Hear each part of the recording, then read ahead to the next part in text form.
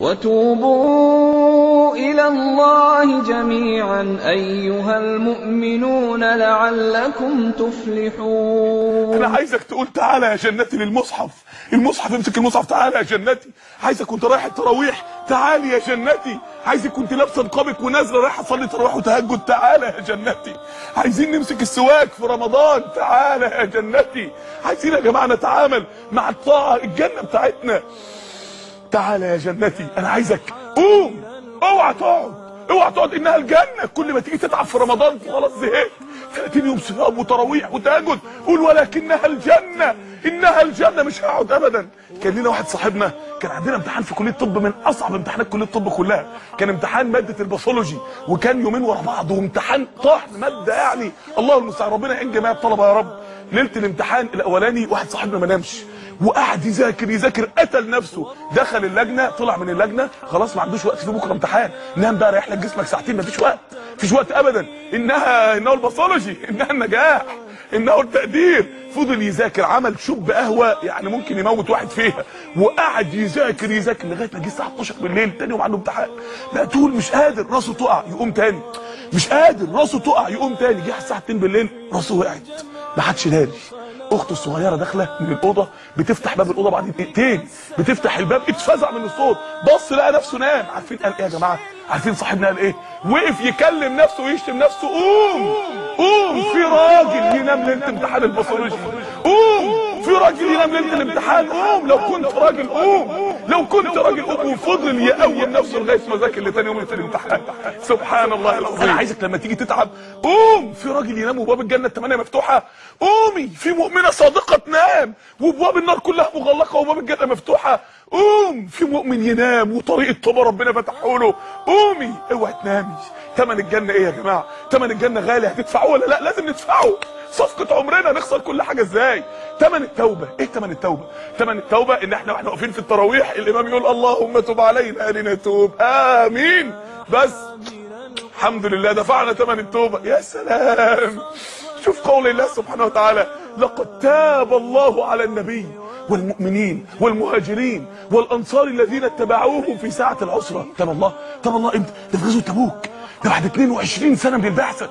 ربنا بعد 22 سنه جهاد وصبر وجوع وطرد واذى وعطش واكل وتيتم وترمل وتضحيه وبذل ومجاهده وصيام وقيام وجهاد ودعوه، بعد 22 سنه اتدفع فيها ثمن كل ما يملك كل واحد من الصحابه في حياته. دلوقتي يا رب بتقول لقد تاب، يعني يا رب كل اللي احنا خدناه مقابل ده انك تبت علينا يا رب. الذين اتبعوه اللي بقى لهم 22 سنه صامدين وراه. يا شباب اثبتوا، يا شباب، يا شباب اثبتوا. مش انتوا اللي ربنا يسيبكم، مش انت اللي ربنا يسيبك يا ملتزمه، مش انت اللي ربنا يسيبك يا اللي مجتهد في الدعوه، مش انت اللي ربنا يسيبك يا اللي قلبك مليان ايمان، مش انت اللي ربنا يسيبك يا اللي دفعت ثمن التوبه. لقد تاب الله بعد كل ده. ثمن المغفره ايه؟ ثمن المغفره ايه قريتها بهرتني: ان الذين امنوا وهاجروا وجاهدوا باموالهم وانفسهم في سبيل الله والذين آووا ونصروا، اخر الايات لهم مغفره ورزق كريم.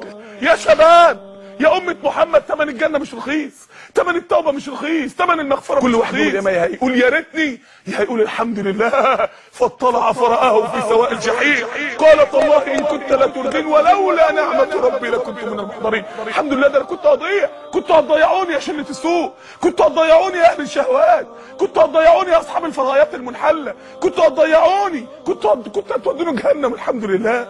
إنما في ناس بتقول يا ريتني، يا ليتني قدمت لحياتي. مش عايزك تقولها، مش عايز تيجي اللحظه اللي تقول فيها يا ريتني. يا جماعه، زي ما الجنه لها ثمن، المعصيه لها ثمن، هتدفعوا لو عصيت ربنا، اوعى، هتدفعوا في القبر لما تلاقي باب الجنه اتفتح واتقفل تاني. هذا كان مقامك في الجنه لو كنت اطعت الله. هتقول يا ريتني، بس بعد ايه؟ هتقول يا ريتني لما تلاقي الناس واقفه على حوض النبي بتشرب وتموت بالعطش. هتقول يا ريتني لما تلاقي اهل الجنه واهل النار بيتفرقوا، دول رايحين الجنه ودول رايحين النار، دول رايحين الفردوس الاعلى. يا ريتني، يا ليتني كنت معهم، يا ريتني كنت معاكم يا اللي بتشربوا من ايد النبي، يا ريتني كنت معاكم يا اللي على منابر النور، يا ريتني كنت معاكم يا اللي بتنظروا لوجه الله، يا ريتني كنت معاكم يا اللي طالعين الفردوس الاعلى، يا ريتني كنت معاكم يا صحابه رسول الله، يا ريتني كنت معاكم يا اللي صليتوا وصمتوا وقمتوا وتبتوا واجتهدتوا، يا ليتني كنت معهم فافوز فوزا عظيما. ايه الثمن؟ الثمن عمرك، الثمن مش ركعتين، الثمن مش قماش غطيتي بيه وشك وراسك، لا، الثمن عمرك ووجهتك وقلبك، الثمن حياتك، الثمن عقيدتك وفكرك وطموحك وهدفك في الحياه. ان الله اشترى من المؤمنين انفسهم واموالهم بان لهم الجنه. هو ده الثمن، ربنا ما يقبلش ثمن اقل من كده. انت كلك على بعضك. الثمن ان ربنا يبقى اغلى حاجه عندك في حياتك، الثمن ان ما يبقاش في حياتك حاجه اغلى من ربنا، الثمن انك ما تسيبيش باب طاعه فتح لك الا وتاخديه، ما تسيبيش. شيوخنا كانوا بيعلمونا كل ما تيجي تقعد قول رب اغفر لي، خليها لازمه على لسانك، تركب المواصلات تدخل بيتك قول رب اغفر لي، ممكن تيجي ساعه اجابه تقول رب اغفر لي اتغفر لك، ما تضيعيش باب طاعه فتح لك. يا شباب توصيه الليله انك انت مش عايزين نقول يا ريتني، الكلمه دي مش عايزين نقولها، مش عايزين نندم مرتين، مره في الدنيا ومره في الاخره، مش عايزين نقول يا ليتني كنت معهم. طب نعمل ايه؟ نخلينا معاهم في الدنيا من الوقت، الصحبه الصالحه، الصحبه الصالحه نخلينا معاها من الوقت في الدنيا عشان ما نقولش يا ليتني يوم القيامه. الحاجه الثانيه ان احنا نبيع نفسنا لله ونبيع عمرنا لله.